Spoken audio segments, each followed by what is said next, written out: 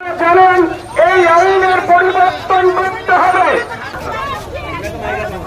নেত্রী মমতা ব্যানার্জি জিন্দাবাদ। কেন্দ্র সরকারকে অবিলম্বে আইন পরিবর্তন করতে হবে।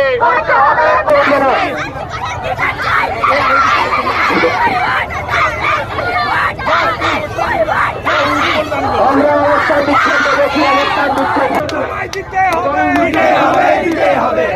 আপনারা অনেক